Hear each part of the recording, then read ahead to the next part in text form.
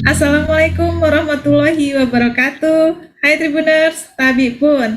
Jumpa lagi dengan saya Sulistia, kembali di wawancara eksklusif bersama Guru Besar Fakultas Ekonomi dan Bisnis Universitas Lampung. Kita sudah terhubung dengan Ibu Profesor Dr. Mahrina Sari MS SEMSC. Halo, Assalamualaikum Ibu. Waalaikumsalam Ibu Listia, terima Ya, kasih. Sampai apa ketemu ini. kabarnya? Iya, baik-baik. Iya, ini. Ini Salam sehat masih, semua untuk pemirsa. ya, masih ngajar daring terus ini Bu ya? Iya, karena kondisi sistemnya yang apa namanya menuntut ya. Iya. Apalagi saat ini sekarang PPKM, jadi memang Unila itu mengikuti prosedur pemerintah pusat ya, program PPKM dari level 4 sampai sekarang ini udah Level turun menjadi 3. level 3 ya. Iya. Ya Tribuners, kita bakal bincang-bincang nih dengan profesor kita ini, Profesor wanita dari Fakultas Ekonomi dan Bisnis Universitas Lampung, mengulas mengenai perjalanan beliau merintis karir hingga meraih gelar guru besar. Ini gelar akademik tertinggi ya untuk di gelar kampus pastinya, dan kita juga mudah-mudahan bisa mendapatkan inspirasi nantinya terkait perjuangan beliau. Tentu nggak mudah untuk mencapai gelar ini. Nah, kita akan bahas itu nanti di perbincangan kita. Dan sebelum kita bincang lebih jauh, ini kita minta dengan ibunya nih, boleh bercerita terlebih dahulu bagaimana awal nih merintis karir di dunia pendidikan. Silakan. Baik Bu Sulistia, terima kasih ya pemirsa Tribun khususnya ya, dan semua masyarakat Lampung dan masyarakat Indonesia. Salam sehat dan salam kenal ya. Saya tadi sudah dikenalkan Mahrina Sari MS. Keseharian saya sejak saya lulus menjadi sarjana ekonomi itu saya memang sudah punya motivasi ya, karena terinspirasi dari orang tua saya. Orang tua saya itu dulu guru SD, dan terakhir orang tua saya itu sebagai kepala sekolah di sebuah sekolah dasar negeri di negeri 12 di Kota Bumi, Lampung Utara. Saya dari kampung ya, bisa dikatakan dari kampung. Nah, jadi Tetanggaan kita, Bu. terinspirasi. Saya dari Lampung Barat. Oh iya, iya. Jadi saya terinspirasi dari orang tua saya. Oh, saya kayaknya cocok ingin jadi pengajar ya. Yang saya pikir saat itu setelah saya lulus menjadi sarjana ekonomi dari Fakultas Ekonomi dan Bisnis ya, jurusan manajemen, pengajar itu sebuah pekerjaan yang mulia ya, karena kita selalu sharing ilmu, dan insya Allah kalau kita berbagi ilmu itu insya Allah bermanfaat bagi semua yang menerima ilmu tersebut. Dan katanya juga dalam agama saya ya, semakin banyak kita sharing ilmu, semakin banyak kita juga menimba ilmu ya, insya Allah itu sebuah bagian dari ibadah ya, gitu ya. Mungkin itu ya, yang pertama kali menginspirasi saya. Dan saat itu saya lulus tahun 88 bulan September. Kemudian saya setelah lulus belum ada proses tempat bekerja, tetapi saya sudah dari mahasiswa sebenarnya saya mengajar. Saya memberikan sebangsa bimbingan pembelajaran di dulu Pajar Agung punya bimbingan itu, kemudian Teknokrat juga punya bimbingan, saya bekerja di situ dari mahasiswa. Sekarang Teknokrat itu jadi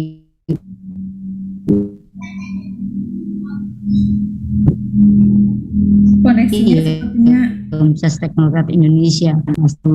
Kemudian saat itu karena Unila belum memberikan kesempatan saya untuk memiliki pengajaran, saya mengabdi dulu di Lampung sebagai ya kayak luar biasa lah ya, diminta untuk mengajar ya, dosen luar biasa istilahnya waktu itu. Nah, kemudian di tahun 89 bulan 9 itu ada kesempatan Universitas Lampung membuka calon pengajar gitu ya, calon dosen. Saya mencoba waktu itu ya, banyak yang mendaftar, termasuk beberapa teman saya dalam satu angkatan di lulusan tahun 89 itu mendaftar juga, dan saya satu di antaranya alhamdulillah itu diterima ya sebagai pengajar. Nah, termasuk dekan Fakultas Ekonomi itu satu angkatan dengan saya yang saat ini Pak Nairobi gitu ya. Kami memiliki kesempatan diberi kesempatan untuk bisa jadi pengajar. Nah, saat kami diterima jadi pengajar, saat itu kita dikasih orientasi bahwa seorang pengajar itu ya tidak hanya sebatas menggali ilmunya sampai waktu itu kita masih sarjana S1, harus sampai berakhir kepada jenjang yang tertinggi gitu ya. Dan itu memang selain memang menjadi sebuah kewajiban, dan saya pikir memang saya memang dari awal saya selalu motivasi diri saya adalah achievement motivation, itu prestasi. Jadi ya sampai prestasi tertinggi apa yang bisa saya jalankan itu ya saya laksanakan. Dan alhamdulillah di tahun 94 ya, setelah saya mengajar 2 tahun, saya diberi kesempatan untuk 93 saya diberi kesempatan untuk melanjutkan studi S2 di University of Illinois at Urbana-Champaign USA, itu School of Business. Alhamdulillah saya mendapatkan kesempatan untuk belajar lagi di program Master Business Administration ya. Alhamdulillah itu saya laksanakan. Tidak 2 tahun ya, saya selesaikan itu sekitar 1,5 tahun. 93 bulan Agustus saya harus masuk ke University of Illinois at Urbana-Champaign. 94 sebenarnya sudah selesai. 95 Januari tanggal 15 itu saya mendapatkan sertifikat ijazahnya. Nah, kemudian setelah itu saya harus kembali lagi mengabdi ke Fakultas Ekonomi dan Bisnis. Ya, saya dalam proses perjalanan harus melaksanakan tridharma, itu pendidikan pembelajaran, penelitian, dan pengabdian masyarakat. Nah, dan itu saya jalankan seoptimal apa yang bisa saya harus kerjakan. Itu memang bagian dari IPOT ya, usaha saya gitu ya. Karena saya memang selalu motivasi, saya tidak hanya bekerja ya apa adanya gitu ya, tapi saya harus lebih gitu ya. Saya harus lebih bekerja, termasuk tugas-tugas yang diamanahkan kepada saya dari pimpinan universitas maupun pimpinan fakultas, itu saya laksanakan seoptimal yang bisa saya laksanakan ya. Maka saat dari saya pulang dari S2 itu beberapa jabatan tambahan itu saya terima yang diamanahkan oleh pimpinan universitas, rektor Universitas Lampung, maupun diamanahkan oleh pimpinan fakultas di Fakultas Ekonomi dan Bisnis Universitas Lampung. Terakhir jabatan saya saat ini sebagai Ketua Prodi Magister Manajemen Fakultas Ekonomi dan Bisnis Universitas Lampung, dan sebelumnya sejak tahun 2014 saya sampai dengan 2020 bulan Januari yang lalu saya diamanahkan menjadi Wakil Dekan bidang akademik dan kerjasama, dan diamanahkan lagi menjadi awalnya tahun 2014 saya diamanahkan menjadi Wakil Dekan bidang umum dan keuangan. Kemudian di tahun 2014 sampai 2020 saya diamanahkan menjadi Wakil Dekan bidang akademik dan kerjasama. Dan hari ini saya masih diamanahkan sebagai Ketua Program Studi Magister Manajemen Universitas Lampung. Dan beberapa pekerjaan tambahan ya, baik dari industri ya, mempercayakan saya ya, misalnya PT Great Giant Pineapple itu sekitar tahun 2014, kemudian dari instansi pemerintah Provinsi Lampung maupun Kota Bandar Lampung mempercayai saya, dari Bank Indonesia, dari PT Perkebunan Nusantara 7 Lampung ya, dari beberapa perusahaan lain, PT Bank Pasar ya, kemudian PDAM Perusahaan Daerah Air Minum Lampung, kemudian PT Pertamina ya, PT Pertamina juga 2 tahun kita bekerja sama, mempercayai saya untuk melaksanakan beberapa tugas yang diminta oleh mereka ya, mempercayai saya sebagai salah satu anggota tim, dan insya Allah semua pekerjaan itu memenuhi syarat yang mereka inginkan ya, karena kita selalu achievement performance itu adalah kita selalu berpikir bukan hanya target kuantitas, tapi harus menciptakan sebuah aktivitas yang berkualitas. Nah itu sehingga di tahun 2019 ya, nah persoalan saya harus mencapai sebuah capaian tertinggi dari sebuah jabatan fungsional tenaga dosen ya, tenaga pendidik, itu memang karena itu udah ada garisnya dari pemerintah melalui Kementerian Pendidikan Tinggi ya, sekarang Kementerian Pendidikan dan Kebudayaan melalui Direktorat Jenderal Pendidikan Tinggi, Setiap dosen itu ya harus bisa mencapai prestasi kepada jabatan fungsional akademik profesor. Nah, itu menginspirasi saya gitu ya. Saya saat itu menjalankan kuliah ya, masuk di 2008 di UGM. Nah, alhamdulillah saya waktu itu bisa menyelesaikan ya tidak terlalu cepat dan juga tidak terlalu lama ya, di tengah-tengah itu berkisar 5 tahun. Dan waktu itu ya saya anggap sebuah pekerjaan yang cukup menyenangkan ya sebagai pembelajar dan itu memang harus kita nikmati bahwa itu adalah bagian dari tugas kita sebagai dosen untuk menggali banyak ilmu karena ilmu itu juga akan kita harus transfer kepada anak didik kita, kepada mahasiswa kita. Kalau kita hanya dengan diam ya kasihan juga mahasiswa kita tidak akan mendapatkan mutu ya, kualitas yang terbaik untuk mereka, karena mereka akan juga nanti men-sharing lagi ilmu mereka di masyarakat gitu ya, terutama di pasar kerja gitu ya. Nah, alhamdulillah setelah saya lulus doktor, nah karena tugas saya yang terlalu banyak terbebani amanah saat itu ya tertunda untuk saya menjadi profesor. Nah, saya punya effort ya, dan ya tentunya keberhasilan saya hari ini itu karena ada juga banyak perjalanan tangan ya, artinya tangan dari doa-doa yang Allah yang memang meridhoi, merestuinya gitu ya, sehingga alhamdulillah saya saat di tahun 2018-2019 saya langsung punya dari tahun 2017 saya sudah bisa mengatur effort saya bagaimana saya bisa mencapai gelar tertinggi profesor tersebut ya, jabatan fungsional profesor tersebut. Di tahun 2017 saya mencoba melakukan penelitian, kemudian saya publikasikan penelitian itu ke internasional jurnal yang bereputasi, yang saat ini ukuran reputasinya kalau kita di universitas itu adalah reputasi yang terindeks Scopus. Nah, waktu itu alhamdulillah saya baru bisa mencapai indeks Scopusnya di Q3 ya, baru Q3. 2 paper saya di Q3 sudah saya publikasikan sejak tahun 2017 yang berbasis jurnal internasional bereputasi, terindeks Scopus, Q3 namanya. Nah, kemudian di tahun 2018 demikian saya lakukan penelitian karena aturan main dalam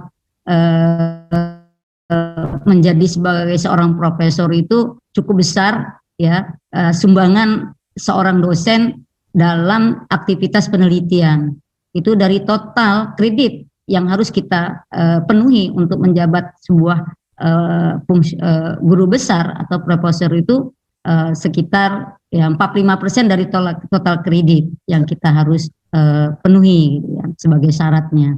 Dan waktu itu saat saya sudah cukup lama tidak naik jabatan fungsional saya. Terakhir jabatan fungsional saya tahun 2008 itu dengan angka kredit 550, jabatan fungsionalnya lektor kepala. Nah, mengingat begitu lama saya tidak memiliki jabatan fungsional yang di atas itu, yang di atas itu adalah profesor gitu ya. Jadi saya saat itu lektor kepala di tahun 2008 dengan angka kredit 615 ya, tetapi itu in passing, harus ya yang diakui hanya 550. Berarti saya harus untuk mencapai sebuah profesor itu, kalau profesor jabatan fungsional tertinggi dengan angka kredit tertinggi itu 1050. Nah, saya melihat itu saya sudah terlalu lama tidak naik pangkat, hampir 10 tahun punya jabatan fungsional masih tetap di lektor kepala. Itu memotivasi saya harus mendapatkan jabatan tertinggi profesor, guru besar dengan angka kredit 1050.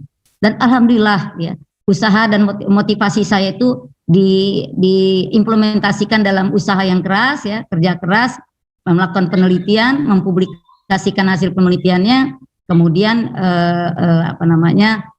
ya doa ya terutama ya, karena saya yakin Allah lah yang memberikan kesempatan saya untuk mendapatkan jabatan fungsional itu yang meridhoi. Alhamdulillah di tahun 2019 itu saya mengusulkan di bulan Desember, processing usulnya di fakultas, kemudian di fakultas diproses kembali, ya biasa itu kan harus dievaluasi tingkat kevalidan data publikasi kita, hasil riset kita, evaluasi di fakultas, kemudian ya itu sebagai sebuah prosedural yang harus saya ikuti. Alhamdulillah sampai di bulan Maret ada proses evaluasi, diperbaiki di fakultas.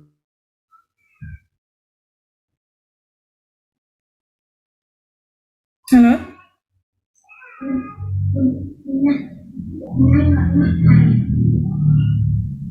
Halo? Ini sepertinya kita terkendala dengan jaringan ya. Halo? Prof? Ya, sambil menunggu koneksi terhubung kembali, jadi kurang lebih perjuangan dari Ibu Mahrina Sari ini panjang ya, termasuk bahkan sempat tertunda kenaikan jabatannya dalam waktu yang cukup lama karena banyaknya kesibukan, sampai akhirnya terpikir kembali untuk fokus, terutama untuk mencapai gelar guru besarnya. Halo?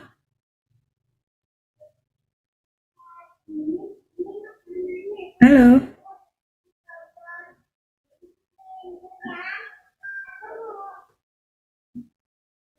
Sambil saya coba hubungi kembali beliau.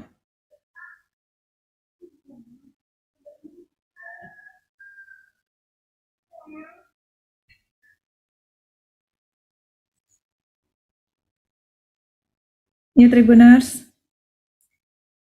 Ini adalah Ibu Mahrina Sari ini adalah salah satu dosen senior di Fakultas Ekonomi dan Bisnis Universitas Lampung.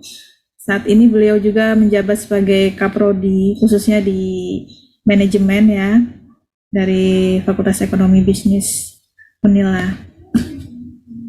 Sembari saya kembali coba hubungkan. Ini salah satu kendala ya kalau kita berbincang melalui daring. Ya, kita sudah terhubung. Ini tuntutan kondisi pandemi ya. Iya betul, mohon maaf ya, ini akses tiba-tiba mati, ini saya jadi cari akses jaringan yang lebih cocok. Oke, baik Ibu Sulistia. Ibu boleh lebih lanjut Bu terkait kisah perjuangan kita waktu itu gitu. Mungkin apa sih kendalanya, kan ada juga nih dosen kita yang pada saat menempuh S2 ternyata masih hamil, terus belum lagi harus tetap mengajar atau jarak yang jauh dari kampus dan juga tempat kita mengabdi. Mungkin bisa berbagi kisah Ibu. Baik, terima kasih Bu Sulistia. Iya, saya waktu itu kuliahnya di Universitas Gadjah Mada, waktu itu sih dalam skema program kerjasama ya antara Fakultas Ekonomi dan Bisnis Universitas Lampung dan Fakultas Ekonomika dan Bisnis Universitas Gadjah Mada. Tahun 2008 ada sesi, memang awalnya di sesi dosen yang hadir ke FEB Unila, tapi setelah itu setahun kemudian kita harus proses perkuliahan di Universitas Gadjah Mada di Fakultas Ekonomi dan Ekonomika dan Bisnisnya.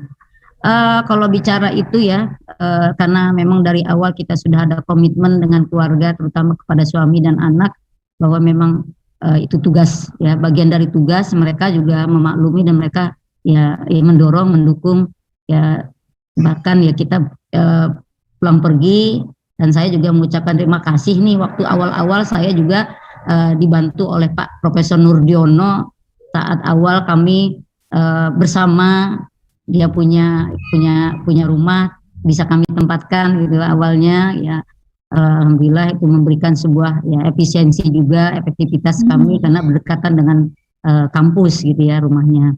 Kemudian ya alhamdulillah ya, saya waktu itu pertama kali saya kuliah, saya itu baru membesarkan anak pada usia anak saya itu sekitar 2 tahun ya, sekitar 2 tahun waktu itu ya, anak saya banyak ditinggal ya, tapi itulah situasi secara non akademik orang keluarga terutama ya, memang untuk proses kuliah S3 itu harus banyak daya dukungnya, selain fasilitas uang dana, kemudian dari dukungan orang keluarga terutama suami dan anak itu turut mendoa. Mereka memahami ibunya sibuk, tidak pernah, jarang di rumah ya, karena harus pergi ke Jogja balik gitu ya.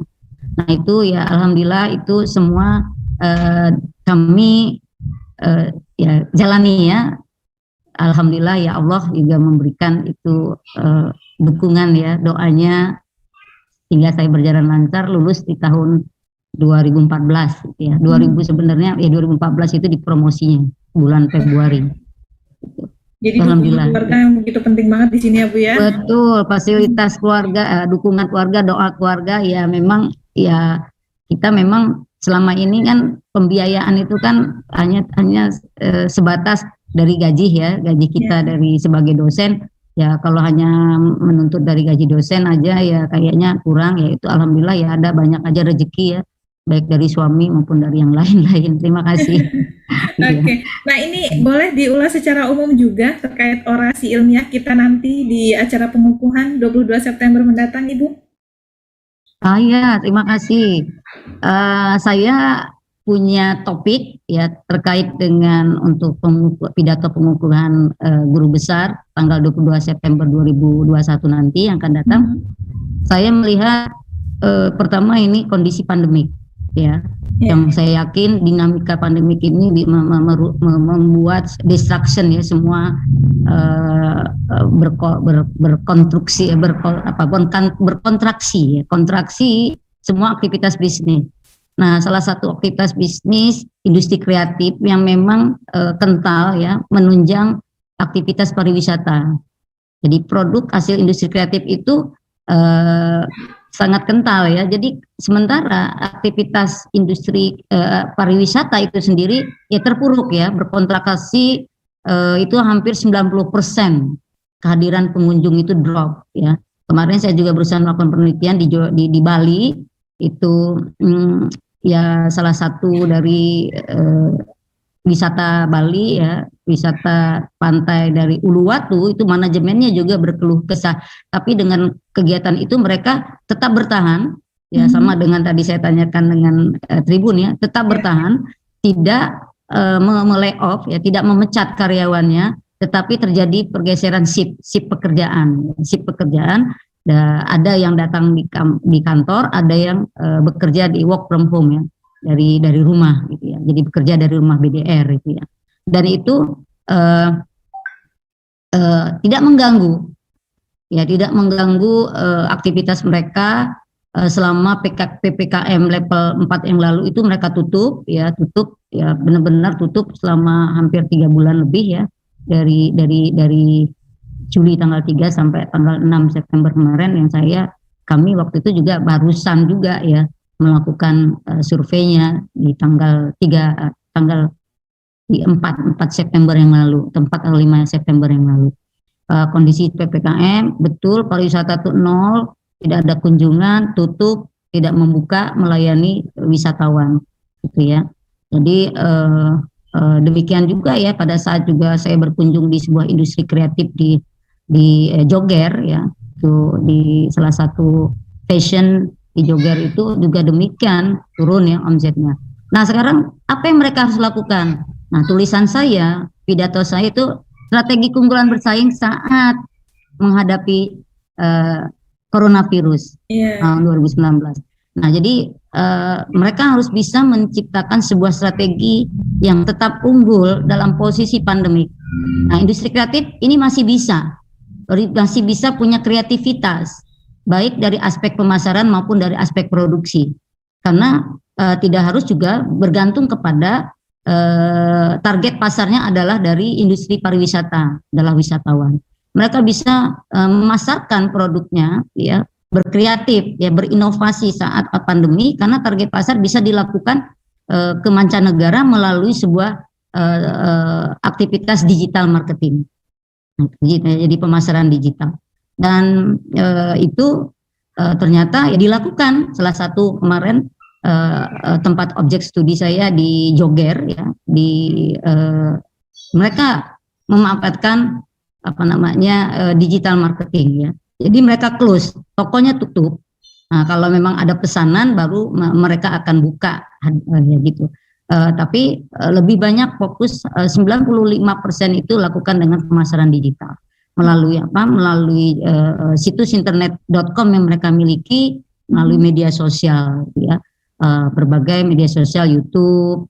Kemudian ya memang inovatif juga itu si ownernya itu, si Joseph ya, Pak Joseph itu Jogger tuh rupanya dari kepanjangan nama Joseph Greenhardt. Jadi mereka berdua teman akrab waktu masih kuliah di Jerman katanya ya.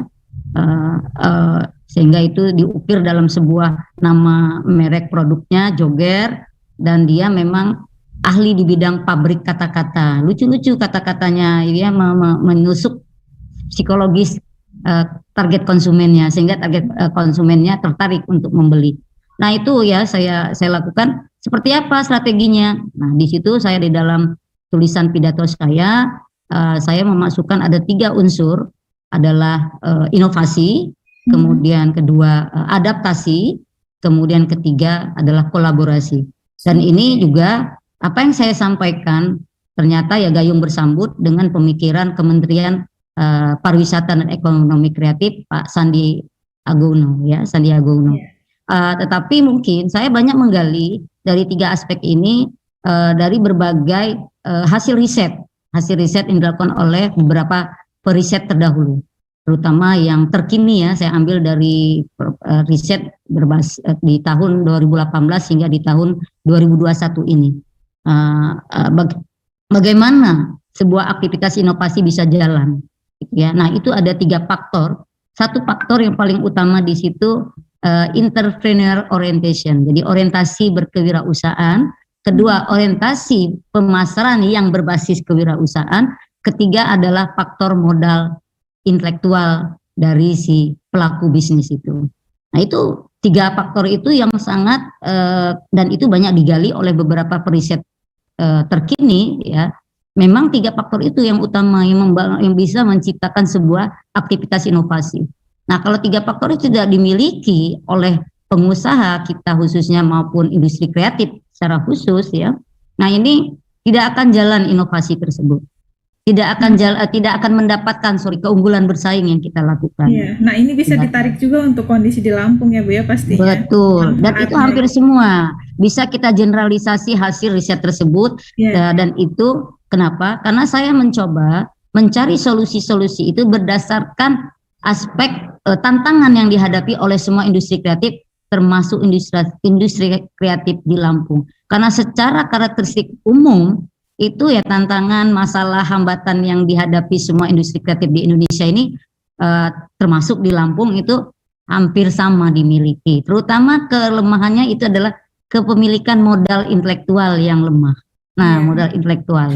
Nah, ini boleh kita tarik nih Bu terkait pandangan Ibu sendiri terkait perekonomian di Lampung saat ini mungkin seperti apa? Ya, terima kasih Bu ya. Kalau bicara saat pandemi, secara umum perekonomian Indonesia itu ya berkontraksi ya, jadi menurun ya, berkontraksi minus 2,10 ya, tidak jauh beda.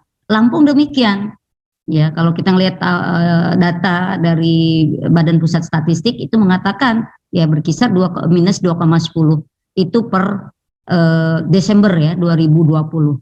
Kemudian per Januari 2021 ya, Q to Q ya, bukan berjanuari, di kuartal 1 2021 itu ya menurun sekitar minus 1,6 ya, 69 ya, minus 1,69 itu berdasarkan kuartal 1 ya. Nah kemarin Lampung udah juga terimbas saat Indonesia itu tuh terpuruk segitu ya. Lampung juga ikut ya, kondisionalnya sama ya, hampir menyamai gitu ya dengan kondisi ekonomi Indonesia gitu ya. Kemudian barusan ini saya mendapatkan data dari Badan Pusat Statistik, berita statistik resmi itu dari Badan Pusat Statistik. Indonesia itu kan sudah mencapai pertumbuhan ekonomi ya di plus 7 ya, kalau dia melihat dari Q1 ke Q2 ya. Lampung harapannya demikian. Nah kebetulan kemarin saya dipercayakan oleh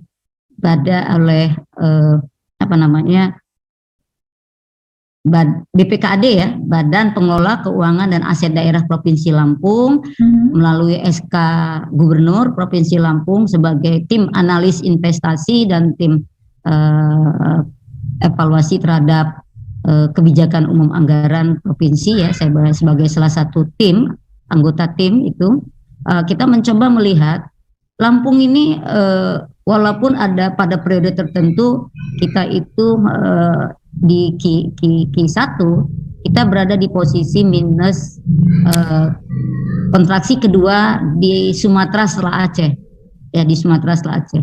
Tapi kita coba memprediksi apa yang terjadi di 2021 akhir Desember, Lampung akan meningkat posisi pertumbuhan ekonominya itu berkisar di antara 3,5 sampai dengan 5,3 ya.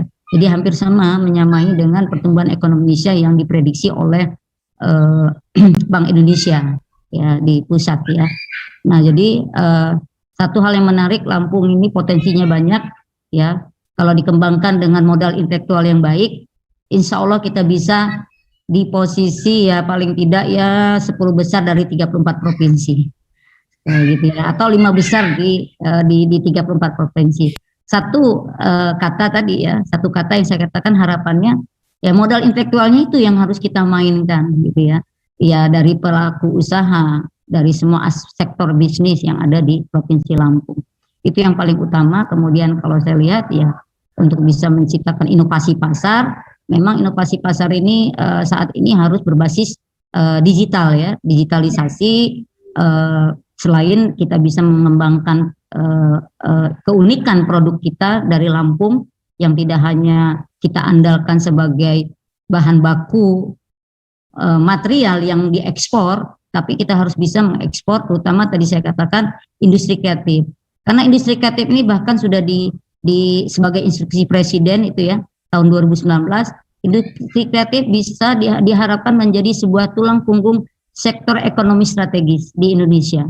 Nah, Lampung itu punya industri kreatif yang saya yakin bisa dikembangkan lebih maju lagi ya, dengan asumsi tadi ada 3 aspek yang paling utama dalam menciptakan inovasi ya, penerapan entrepreneur orientation, kemudian penerapan aktivitas pemasaran berbasis kewirausahaan yang dikenal dengan entrepreneurial marketing, dan ketiga adalah bagaimana menguatkan modal intelektual dari pelaku usaha itu sendiri. Nah, sehingga kita bisa berinovasi. Nah, selain itu ya beradaptasi ya, Lampung pada saat ini dan diperkirakan tahun 2002 itu Bu Sri Mulyani mengatakan tidak lagi pandemik tapi menjadi endemik. Nah, harapannya berlarut-larut di tahun 2003 atau 2004 atau 2005 menjadi Lampung berjaya ya, sebagai visi Lampung saat ini ya, Lampung berjaya itu tercapai ya di tahun 2025. Yang berjaya itu ya sukses semua, masyarakatnya sukses, masyarakatnya jaya, pelaku pemerintah jaya, dan semua yang terkait di dalam pengembangan bisnis pun berjaya gitu ya. Nah, itu harapan saya ya, paling tidak kita bisalah naik kepada posisi di dalam 10 besar gitu ya, atau bahkan ke 5 besar. Itu harapan saya. Jadi kolaborasi kunci yang ketiga ya, selain adaptasi.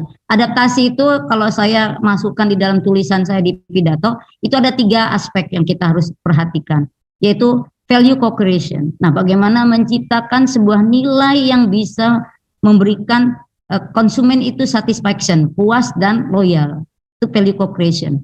Kemudian ada satu lagi ya, di dalam aspek adaptasi itu adalah resilient. Resilient ini aspek yang bisa bagaimana menciptakan mereka itu bertahan dan tangguh. Nah, salah satu aspek itu ya peran pemerintah atau peran stakeholder. Nah, saya di situ mengusulkan ada yang namanya model quintuple helix. Nah, quintuple helix ini memasukkan unsur, kalau kita tahu awalnya cerita pentahelix ya, penta 5 aspek. Nah, ternyata aspek yang kelima menurut quintuple helix ini yang memasukkan unsur ekologi pengetahuan. Nah, jadi ekonomi pengetahuan dan ekologi pengetahuan. Nah, ekologi pengetahuan ini harus berbasis kepada green economy ya. Bagaimana sebuah ekonomi yang harus berbasis hijau itu harus ditindaklanjuti, ditingkatkan agar mencapai sebuah tujuan SDGs, Sustainable Development Goal. Nah, apa itu tujuan SDGs Sustainable Development Goal? Ya itu tadi, mencipta salah satunya adalah mencapai sebuah pembangunan berkelanjutan. Kita kenal dengan Sustainable Development, ya, pembangunan berkelanjutan. Itu isi yang saya, sebuah pidato saya. Insya Allah pidato itu nanti bisa bermanfaat bagi industri kreatif Lampung khususnya, dan industri kreatif Indonesia, dan bahkan industri kreatif global. Karena di situ salah satu harapan saya, karena tulisan saya itu tantangan dan harapan. Harapannya adalah bisa menciptakan sebuah asosiasi, tidak hanya kepada sebuah asosiasi industri kreatif nasional, tetapi asosiasi industri kreatif global. Karena apa? Karena Indonesia ternyata dipercayai oleh PBB melalui resolusi PBB di tahun 2020 yang lalu. Kita itu dipercayai akan melaksanakan sebuah annual conference dari sebuah aktivitas industri kreatif itu seluruh dunia itu akan diadakan di Indonesia. Nah ini Pak Kementerian Pariwisata dan Ekonomi Kreatif ini sangat berbangga untuk itu ya. Mereka mungkin sedang menyiapkan, kalau tidak ada halangan di 2021 akan dilaksanakan. Terima kasih Bu. Ini boleh kembali ke Prof pribadi nih. Kita akan aktif mengajar nih sampai kapan nih Prof? Oh ya, terima kasih. Kalau melihat PPKM yang ada saat ini, ya nampaknya proses pengajaran di semester ini masih berlanjut di daring ya, dan itu memang sesuai dengan prosedur yang diharapkan oleh pemerintah pusat ya. Walaupun Kementerian Pendidikan dan Kebudayaan sudah memulai untuk memotivasi beberapa terutama yang sekolah-sekolah dari SD maupun SMA itu sudah memulai proses perkuliahan offline ya, proses pembelajaran tatap muka ya, mau dimulai dengan catatan protokol kesehatannya ketat. Nah, universitas perguruan tinggi nampaknya juga mengarah ke sana ya, dan mungkin semester genap itu ke depan masih kita laksanakan, mungkin sudah melakukan tatap muka ya semester depan. Kalau melihat kondisi akselerasi atau percepatan vaksinasi ini berhasil, itu yang ditargetkan 70% oleh pemerintah itu jalan sampai dengan vaksin kedua, dan bahkan kalau bisa ditambah booster yang vaksin ketiga. Nah itu ya, jadi keyakinan kita kalau akselerasi percepatan vaksin itu bisa berjalan, ya insya Allah ya semester genap kita udah bisa tatap muka. Kalau di SD SMA itu kan memang lain ya perilaku siswa itu ya. Mereka kalau nggak bersosialisasi kayaknya terjadi apa ya, ya ada perilaku mereka ada sedikit terganggu ya. Sampai di rumah orang tuanya kadang-kadang kewalahan juga mengajarnya, ya gitu kan, mengajar karena tidak semua orang tua bisa memahami ilmu itu kan. Pada saat menggunakan online, ya orang tua merasa terbebani gitu kan, karena tidak semua ilmu bisa ditangkap melalui online, dan tidak semua orang tua memiliki fasilitas online itu. Ya, terutama jasa internet. Dengan kalau di perguruan tinggi ya Bu ya? Ya beda, mereka kan sudah lebih dewasa lah ya. Jadi sudah bisa banyak cara ya. Mereka bisa keluar, memanfaatkan jaringan gratis, ya kan? Banyak ditawarkan jaringan gratis tuh oleh perusahaan itu ya, di tempat-tempat makanan, ya kan gitu, di Telkomsel sendiri. Kalau anak-anak kan nggak mungkin gitu. Jadi itu ada beberapa hambatan dari siswa itu bisa, kalau di sebuah mahasiswa udah bisa ditolerir lah ya dengan beberapa aktivitas yang online tadi. Ya. Nah ini terakhir nih Bu, nggak kerasa kita udah di penghujung nih Prof. Iya, terima kasih. Untuk anak muda di Lampung agar terpacu terlebih dalam mengenyam pendidikan tinggi. Iya, terima kasih Bu Sulistia ya. Saya yakin kalau semua kita memahami bahwa ilmu itu adalah bagian dari ibadah, menuntut ilmu sepanjang hayat, menuntut ilmu sampai ke negeri Cina, itu sebuah pepatah. Ya, artinya menuntut ilmu sampai sebuah ke ilmu yang paling tinggi pun itu harus diraih, gitu ya.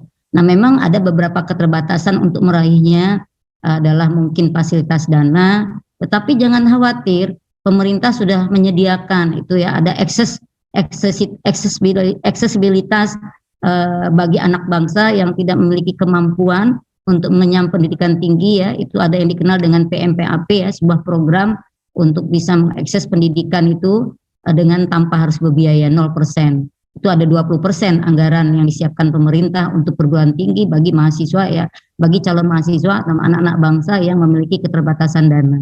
Artinya selama kita punya motivasi yang kuat, insya Allah itu ada jalan. Dan plus doa dari kepada Allah Subhanahu wa taala, Allah akan memberikan pintu terbuka rezekinya, akan mendapatkan proses pendidikan di sebuah perguruan tinggi. Selama itu kita kerja keras dan berdoa dengan sepenuh hati. Gitu ya Bu. Terima kasih ini ya Prof, udah bincang-bincang bareng Tribun Lampung. Sehat selalu untuk Ibu Mahrina Sari pastinya, terus mengajar dan terus berkiprah bagi pendidikan di Indonesia dan khususnya Lampung. Ini mudah-mudahan ada waktu kita bisa bincang lagi nih Prof ya. Terima kasih banyak. Saya dengan senang hati ya artinya silaturahmi kita tetap terjalin karena setiap karena saya ingat dalam model intelektual itu dengan model pentahelik maupun quintuple helik itu kolaborasi yang menjadi utama. Kolaborasi itu tidak hanya sebatas antara pelaku bisnis maupun di perguruan tinggi dan pemerintah, tapi dari pihak media itu sangat mendukung, support sekali bagaimana mengembangkan perekonomian kita khususnya di Indonesia ini ya, maupun ya kita sharing ilmu itu kan bagian dari juga support pengembangan ekonomi masyarakat ya. Karena kita tahu kan banyak orang nggak bisa makan minum itu kan salah satunya karena memang tidak punya ilmu pengetahuan yang tinggi. Nah akibatnya ekonomi juga terpuruk kan gitu. Ya. Ya, terima kasih.